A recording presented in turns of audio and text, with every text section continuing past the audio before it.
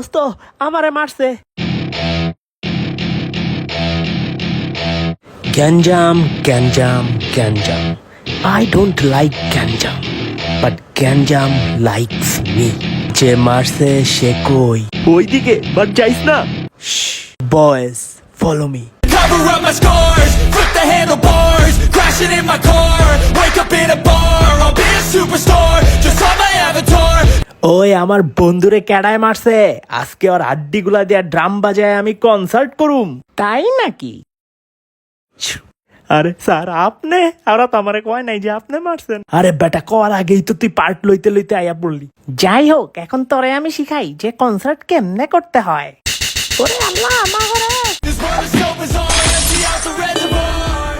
Hello everyone, সবাই কেমন আছেন? তো আজকে আমি কথা বলবো স্কুলের গ্যাঞ্জাম, স্কুলে মারামারি, এক কথায় স্কুল ফাইট নিয়ে। সো স্কুলের মধ্যে যেসব বান্দর পোলাপান আছে না, যে যারা মারামারি করে, আনফরচুনেটলি আমি তাদের মধ্যে একজন ছিলাম। এখন এই নেক অভ্যাস আমার কেমনে হয়েছে এটা বলতে গেলে না, একদম প্রথম দিকের স্কুলের দিনগুলোর কথা বলতে হবে। আমি যখন কেজি বা ক্লাস 1-এ পড়ি, তখন আমার ক্লাসের একটা স্বাস্থ্যবান পোলা আমারে খুব জ্বালাইতো। আমার আর তার স্বাস্থ্যের মধ্যে অনেক তফাৎ থাকায় আমি তাকে কিছু বলার সাহস পাইতাম না। কিন্তু একদিন সে ধৈর্যের সব সীমা অতিক্রম করে ফেললো।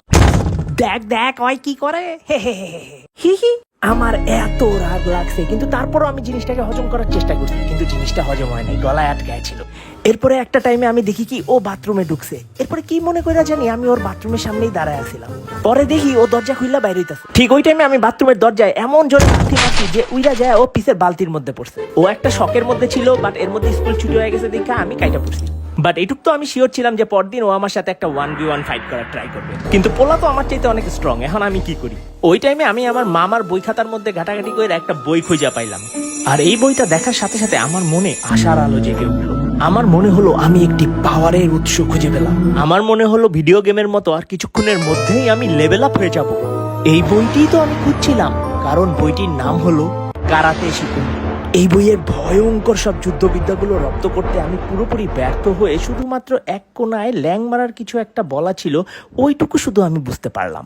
কি করব বলুন, ল্যাং মারাটাই আসলে আমাদের রক্তের মধ্যে ভালোভাবে মিশে আছে, তো তাই ওটাই আমি ভালোভাবে বুঝতে পারলাম। পরদিন স্কুলে যেয়ে দেখি সে চুপচাপ ক্লাসে বসে আছে, এবং তা দেখে আমিও চুপচাপ ভাবে ক্লাসগুলো সব শেষ করলাম। ভাবলাম সে হয়তো ব্যাপারটা ইজিলি মেনে নিয়েছে, কিন্তু না রে ভাই, ক্লাস শেষেই দেখি সে ক্লাসের পাশে দাঁড়ায় আছে। সে আসলে একটু নীরবে নিভৃতে আরাম করে আমারে পিটাইতে যেতেছে। তো তার কাছে যাইতেই সে দুই হাত দিয়ে আমার দুই কাঁধ ধরে একদম ধাক্কা দেওয়া শুরু করলো। আমি প্রথম থেকে তেমন একটা শক্তি প্রয়োগ না করে আমি যেটা করলাম, হঠাৎ করে সব শক্তি মিলায় হ্যাচকা একটা ধাক্কা দিলাম। আর এটা করার আগে আমি আমার একটা পায়ের পাতা তার পায়ের পিছনে রেখে দিছি। সো ধাক্কা খায় যখনই সে একটু পিছাইছে আর আমার পায়ে আটকায় যায়, সে একটা ল্যাং খায়। আনফরচুনেটলি তার পিছনে একটা রাস্তা কাটা গর্ত ছিল, তো সে সোজা যায় পরে ওই গর্তের মধ্যে। এরপর সে গর্ত থেকে আমার দিকে এক দৃষ্টিতে তাকিয়ে রইলো, তার চোখ ভর্তি পানি। এইটা তুই কেমনে করলি? তুই শিখতে চাস? আমি তোকে শিখাবো মাস্টার। আর এরপর থেকে পুরো স্কুলে আমার বীরত্বের গল্প ছড়ায় পড়লো। বাইরে ভাই শুনছস, নেবিল সোহাগরে মাইরা মাটি ভাঙ্গা ভিতরে ঢুকাই দিছে। রাস্তায় যায় দেখ এখনো গর্ত হয়ে আছে। আরে ভাই এটা তো কিছুই না, আমি একবার ওরে একটা রেস্টুরেন্টে একা 3 জনের মারতে দেখছি, তাও খালি একটা পেন্সিল দিয়া, একটা হুদা পেন্সিল দিয়া। এরপরে যখন আমরা আরেকটু বড় হইলাম, মিডল স্কুলে পড়ি আর কি, তখন না আমরা খুব রেসলিং এর পাগল ছিলাম। তো এইসব দেখে আমরা স্কুলে যাই একজন আরেকজনের উপরে শক্তি পরীক্ষা করতাম আর WWE এর বিভিন্ন মুভ ট্রাই করতাম। যদিও ওইখানে বলা থাকতো don't try this at home, but আমার মনে হয় তো ঠিকই আছে। হ্যাঁ, আমি তো স্কুলে ট্রাই করতেছি, বাসায় তো না।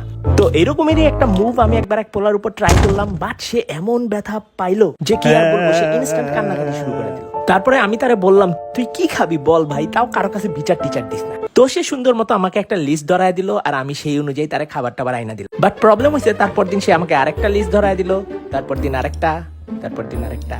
আমার একটা পর্যায়ে যায় মনে হইলো আসলেই কেউ ব্যথা পাইছিল নাকি আলায় আমার বেকুব বানাইতেছে। যাই হোক, এরপরে আমি আর কারোর উপরে কোনো মুভ টুভ ট্রাই করি না।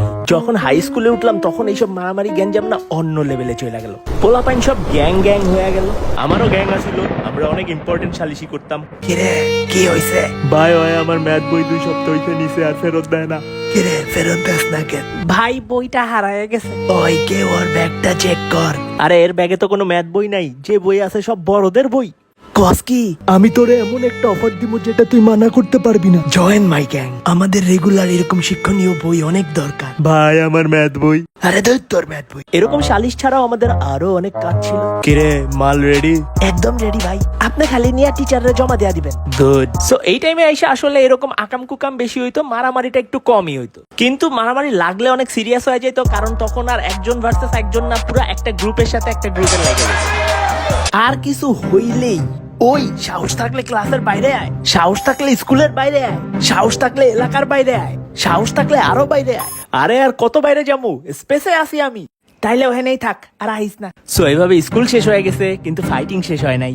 এই আকাইমা পড়াটা গেল কই? ও কোনায় বয়ে ভিডিও বানাইতাছে, দাঁড়া আজকে তোরে মজা দেখাইতাছি। সো বন্ধুরা, এভাবে জীবনের ফাইটিং চলতে থাকবে, দেখা হবে নেক্সট ভিডিওতে। You can see the rise